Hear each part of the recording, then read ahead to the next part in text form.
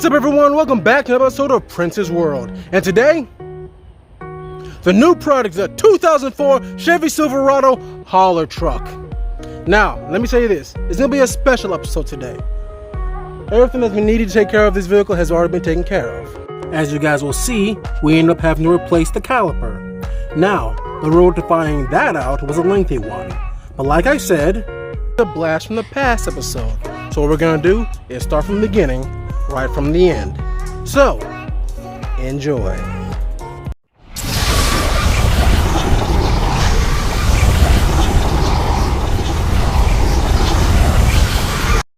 Everybody, here we are at the junkyard. And as you can see, I found my rotor. But unfortunately, I decided that we're not going to do this. It's whatever. But as soon as I got here, the thing popped into my mind, how much room of error do I have here? So, after about a good research here at the junkyard, I decided no. Last thing we need is metal to metal, and when I saw on the paper that you get when you print out the vehicle location, this has been here for quite some time. So, what we're gonna do is just head to the parts store and buy a brand new rotor. Hey, new is better than used, so let's go to the parts store. Oh, now I want to anyway. So everybody, I found myself a compadre here at the junkyard. He tells me a different story than what I thought I knew. What was that you told me? Okay, as with the rotors, the metal on metal is caused by the brake pad wearing all the way down, the metallic off the brake pad wears, and the brake pad itself wears against the rotor. And then you hear that scrubbing sound. That scrubbing sound is metal to metal. See, that's exactly what I was hearing too. Like a long screeching rubbing sound, you know? Now we know that, we just gotta go get some brake pads. Yeah. So now you go get some brake pads, resurface your rotor if you can. If you can't resurface your rotor, get you some more rotors, used rotors. Make sure they have good thickness to replace them. Replace those and put some good pads on them, and you're ready to roll. So everybody, we might go back to that Chevy that we saw the rotors on and just get those ones. So, let's hop to it. I agree.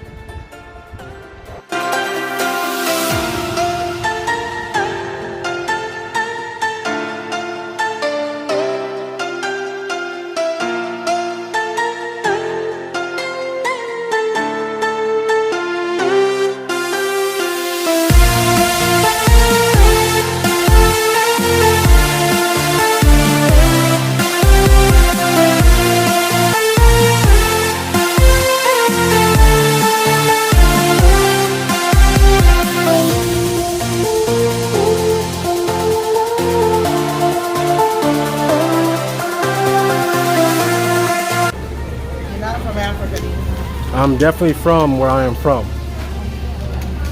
I can't mark on wet. Well, it's a rainy day. What do you expect? Do you record? Did you get consent to record me? No. Well, do I have consent now? No. Then I won't post this then. Jake Island. You do not get consent to record me. Do I have consent now? Nope. Do I have consent now? Do I have consent now? No. Do I have consent now? No. Do I have consent now? No. Do I have consent now? No.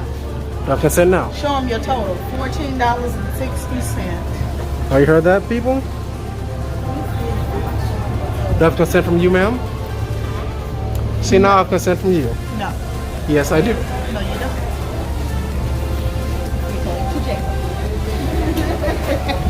Well, I'll go to jail because I love you too. Time to get my rotor. I heard the first time. The next day. So everybody, it's the next day. And I find myself coming to my local AutoZone to get some brake pads.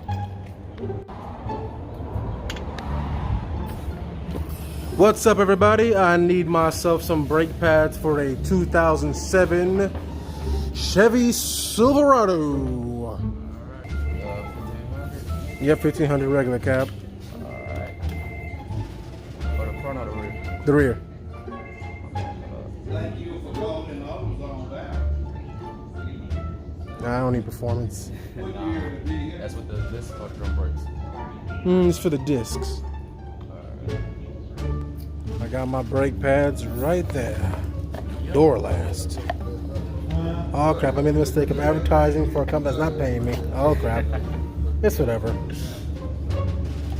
But we're back at the shop. Now we got all the parts we need, everything else we need. Let's get back to fixing that Silverado.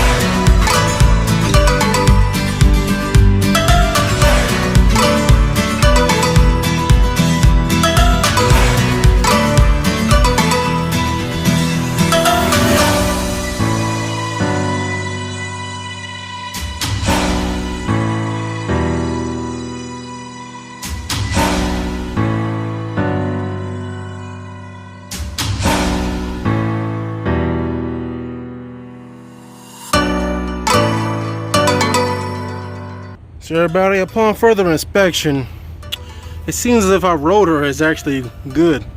No marks or blemishes at all. It seems the only thing we really had to worry about were brake pads, because check that out. Those things have no meat on them at all. So, turns out this will be a faster repair than I thought. Just popping off that caliper and putting in new brake pads. But anyway, let's get to it.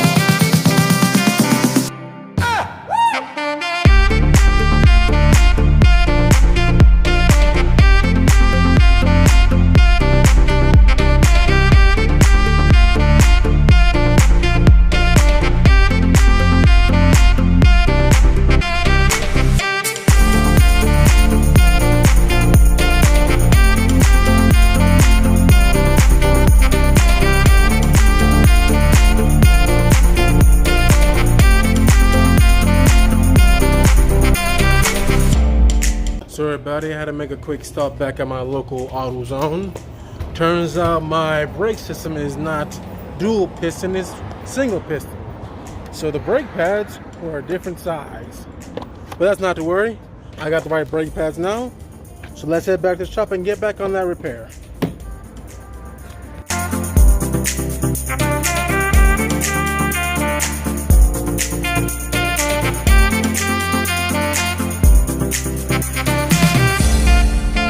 So everybody, change of plans. We're heading straight to LKQ. When I got back from the parts store and tried to compress the caliper, unfortunately that that thing would not compress. Even after I took the pressure straight off from the straighter valve, and on behold, it still would not compress. So now we have a bad caliper. So not to worry, like I said, we're heading on our way to LKQ. I called them up first and they told me they have a 1500. But it might not be our caliper. So we're gonna go there, find out. If they don't have it, we'll have it at the pull apart.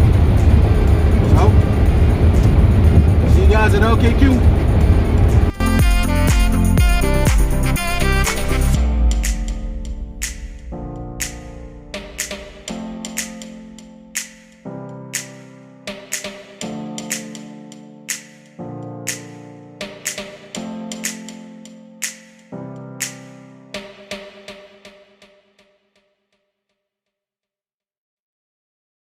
So everybody, LKQ was a bust.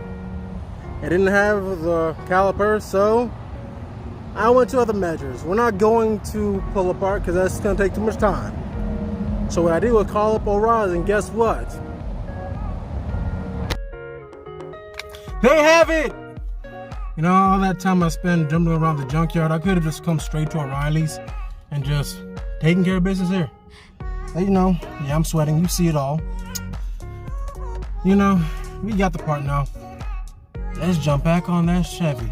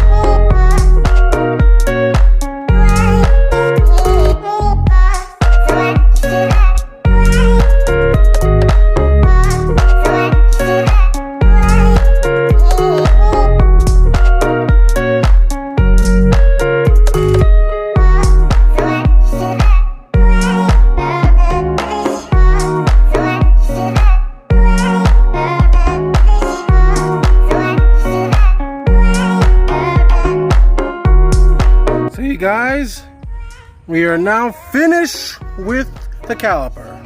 Everything has been put back in place, and now that you guys got the gist of everything that went down, I'm gonna crank up the time machine and send you guys back to the future.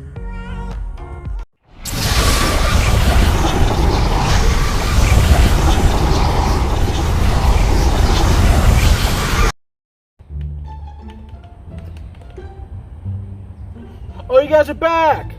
Well, welcome back. Perfect timing. Get it? But anyway, now you see all the problems we went through trying to get that one caliper. It's whatever, it's good. But once I'm done inflating this tire, I'll tell you guys why we went through all that trouble. A few moments later. So everybody, we have the Silverado hooked up to a trailer. The reason being, because remember the Jeep from the previous episode? Yeah, we put a transmission in that boy and took it for a test drive with amazing music in the background, courtesy of the selection of yours truly. I hope you guys enjoyed that, because I did. But when we took that Jeep for its test drive, I noticed something. We couldn't go past 30 miles an hour. So I wondered why and called up Salisbury Dodge Jeep Ram, and they told me they'll either get a new transmission with 0 miles on it or a new TCM. The reason being because that transmission is still programmed to the previous vehicle that it was on. So what did I do? I called up MechTech, and they told me they could reflash the TCM. So with that being said, we're gonna haul that Jeep straight up to MechTech and have them reflash that TCM. So, see you guys at MechTech. 2 hours later. So everybody, unfortunately, MechTech could not reflash the TCM. I know it sucks, but hey, next time be careful who you speak to when you're working at a company. They told me they could, and now I'm hearing they couldn't. Whatever, it's good. But as for the Silverado, I said the repair is good. The boy stopped whenever I needed it to, and it had no problems coming to a complete halt while hauling this heavy thing. But with that being said, that's going to be it for today's video. Don't forget to like, share, and subscribe. Turn on your post notifications to be notified when I upload a new video. And also, if you want to be up to date with the happenings of this Silverado and Jeep, then check me out on Instagram at Prince's World. But until next time, Prince out.